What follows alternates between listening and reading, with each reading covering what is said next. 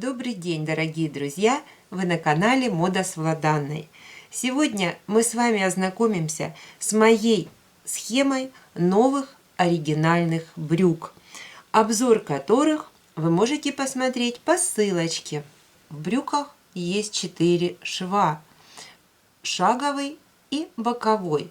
В моих брюках также 4 шва, но они в абсолютно других местах. И эти места принято считать местом, где проходит и наглаживается стрелка. И вот мои брюки можно назвать брюки со швами-стрелками. И вот как раз на схеме мы сейчас посмотрим, как можно классические брюки переформатировать и швы перевести с одного места в совершенно другое. При этом становится лучше их облегаемость по фигуре. Эти швы, стрелки корректируют фигуру, вытягивают, разрезают. Поэтому много новых дополнительных плюсов к моей идее. Я хочу, чтобы вы эту мою идею взяли на вооружение и использовали в своем конструировании, построении своих брюк. Я взяла свою основу, и эту основу, вот основа, передняя часть, задняя часть брюк, я раздвинула по центру. Передняя часть вот четко по центральной оси раздвигается, а задняя часть раздвигается по оси до высоты шва сидения, а потом от этой точки мы раздвигаем параллельно шву сидения. Вот вы видите, как линия ушла. И я сразу разрезала заднюю часть и переднюю. Вот вы видите на 2 детали. Далее мне надо сложить наши вот эти 2 части по боковому шву. Это у нас получится вот деталь бока, боковая часть. И вторая часть мы складываем 2 детали по шаговому шву. И для того, чтобы их сложить, необходимо сделать линии реза. Линии реза у меня изображены красным цветом.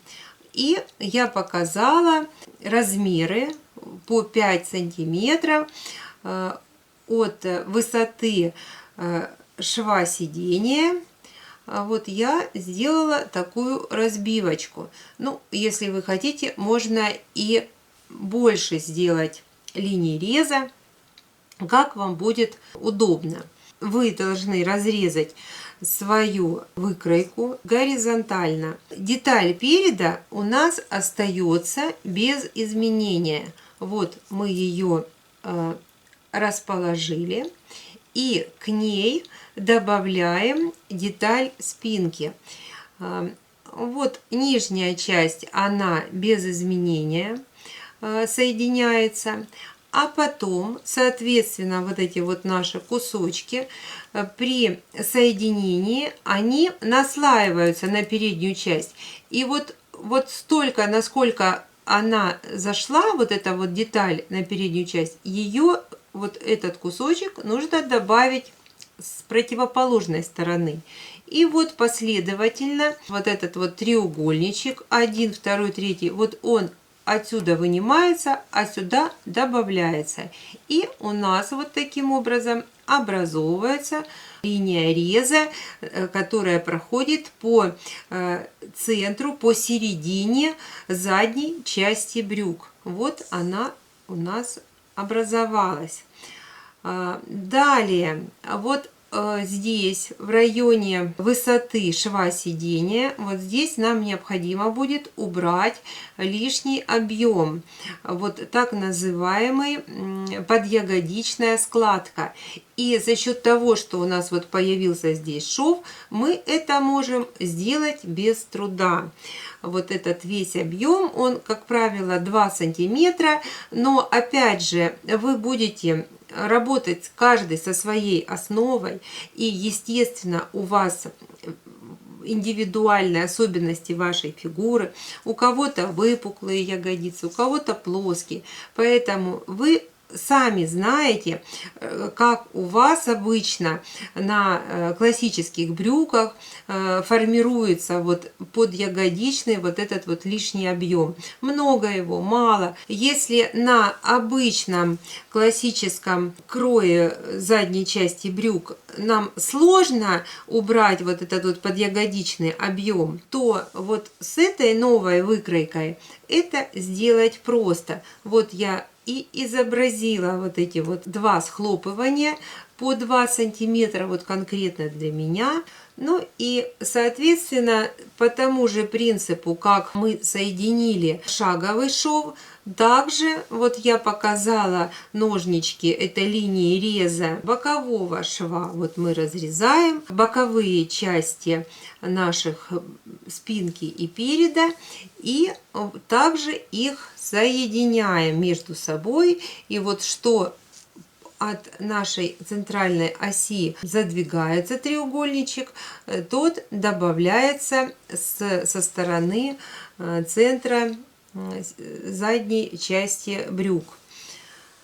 Так, ну и далее, когда у вас построилась вот эта вот линия, соединились наши половиночки, то вы замеряете вашу талию, и лишний объем, который вот у вас получится, вы убираете вот как раз по этим швам. Все будет достаточно удобно, вот, то есть это как рельефы, они в себя заберут вот весь необходимый лишний объем. Вот. Ну, вы можете забрать и, конечно же, по шву сидения частично, равномерно распределить по новым нашим двум швам. На нашем боковом шве уже не будет никаких выточек. Вот я их зачеркнула, убрала, а все выточки вошли в наши новые два шва по переду и по спинке. Мы с вами привыкли, по этим швам у нас всегда заглаживаются стрелки, а теперь на месте стрелок у нас будут швы. Эти швы удобны для того, чтобы вот шов по центру переда, он не будет давать вытягиванию брючек в зоне колена, а также хорошо выкладывается этот шов по ягодице. То есть вот сзади прекрасно как раз проходит по выпуклой части фигуры. Линия как раз в нужном месте. Прекрасно подходит для узких брюк. Также брючки могут быть классические, расширенные. То есть вы уже по себе будете смотреть, кому, зная свои особенности своей фигуры, где сделать пошире, где поуже. То есть так, в принципе, подход как к классическим брюкам, классическому построению. Но если, допустим, соединить в дальнейшем этот шов и этот шов, здесь практически, вот вы видите, прямая линия, то у нас получится брюки с одним швом вот по центру задней части брюк. То есть это тоже возможно. Но это для тканей с большим коэффициентом эластичности, для брючек, облепон, для лосинов. Вы видели, что в этих швах может появиться кант, может быть различная ткань использована. В этот крой хорошо войдут карманы. Это могут быть карманы в рамочку, листочки. Можно сделать их как вертикальные, так и горизонтальные, пересекая вот эти вот наши новые швы. Можно даже их назвать швы-стрелки. Сейчас вы увидите раскладку выкройки на ткани для моих брюк. Разложила свою выкройку. Мне необходимо 1,30 м ткани. Вот вы видите, 1,30 м ткани на сантиметре. Это эко-кожа на меху. Темно-синий цвет. Материал был приобретен в интернет-магазине Зана. Я разложила свою выкройку. Вы видите раскладку. Вот здесь у меня сгиб проходит, и четко по сгибу выкладывается пояс. Пояс длиной метр.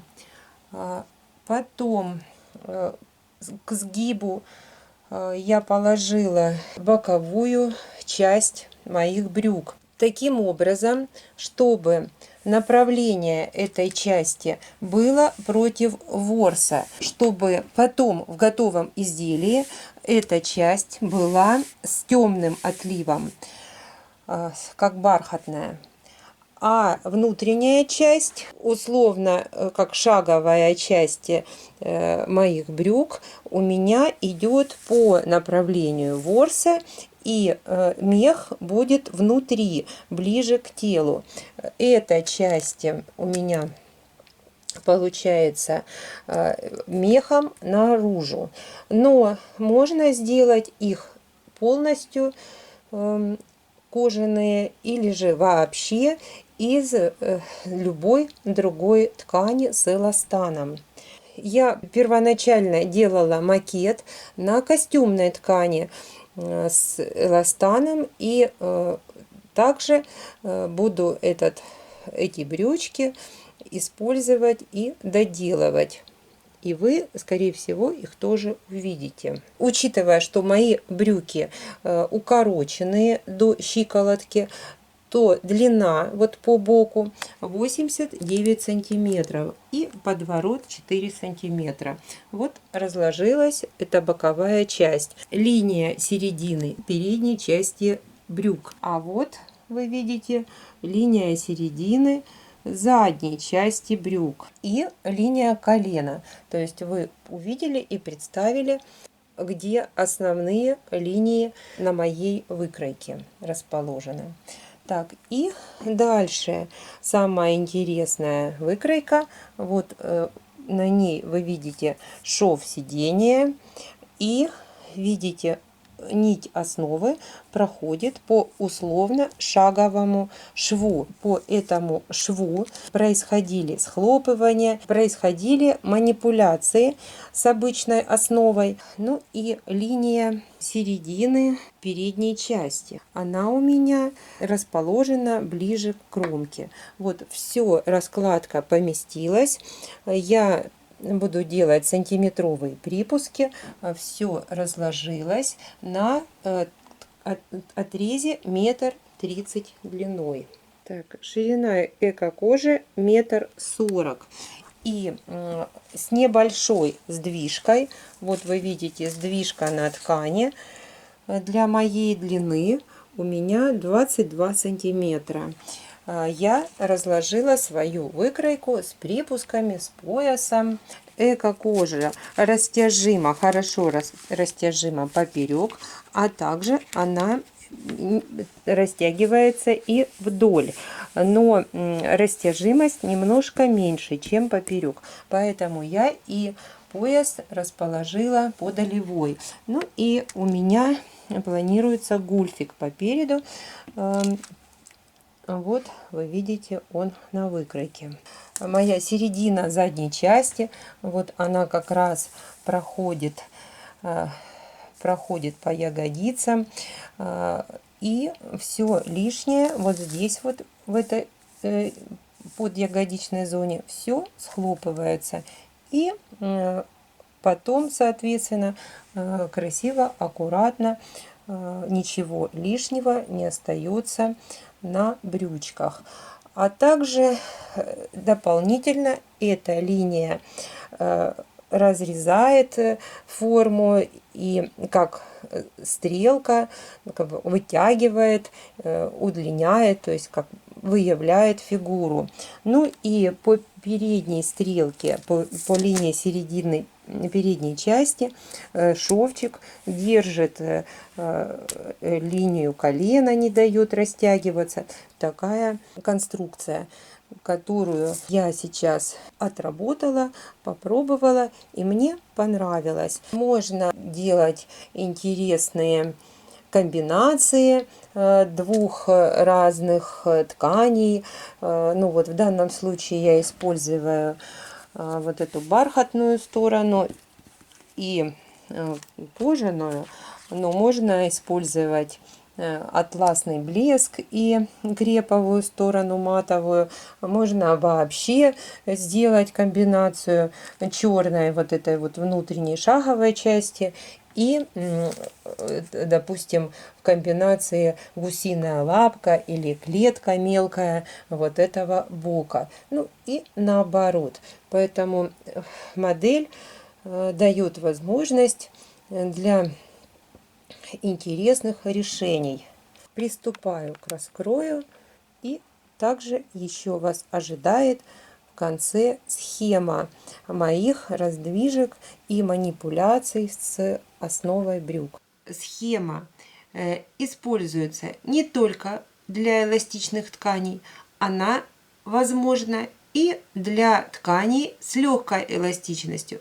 Поэтому я проверила, вы увидели на обзоре двое брюк из разных материалов, из эко-кожи стрейч на меху и классическая костюмка с добавлением эластана. Поэтому все у меня получилось.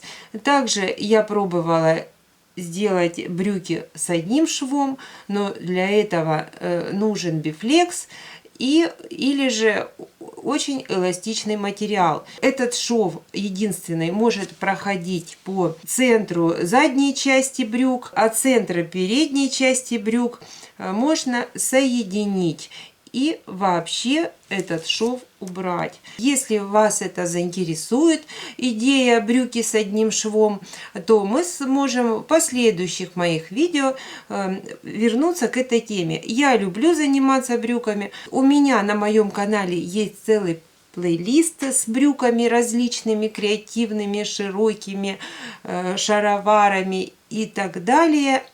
Брюки с запахом. Ну, много чего интересно, много интересных идей, и вы можете с ними ознакомиться по ссылочке. Ну, а сегодня, друзья мои, я хочу вам пожелать прекрасных моментов творческого озарения. Это замечательно. Они, конечно же, приходят, но для этого нужно находить время для творчества, трудиться. Все это приходит с опытом, с желанием. Я рада с вами делиться своими идейками, своими знаниями. Всего вам доброго. До скорых встреч на моем творческом канале. Пока-пока.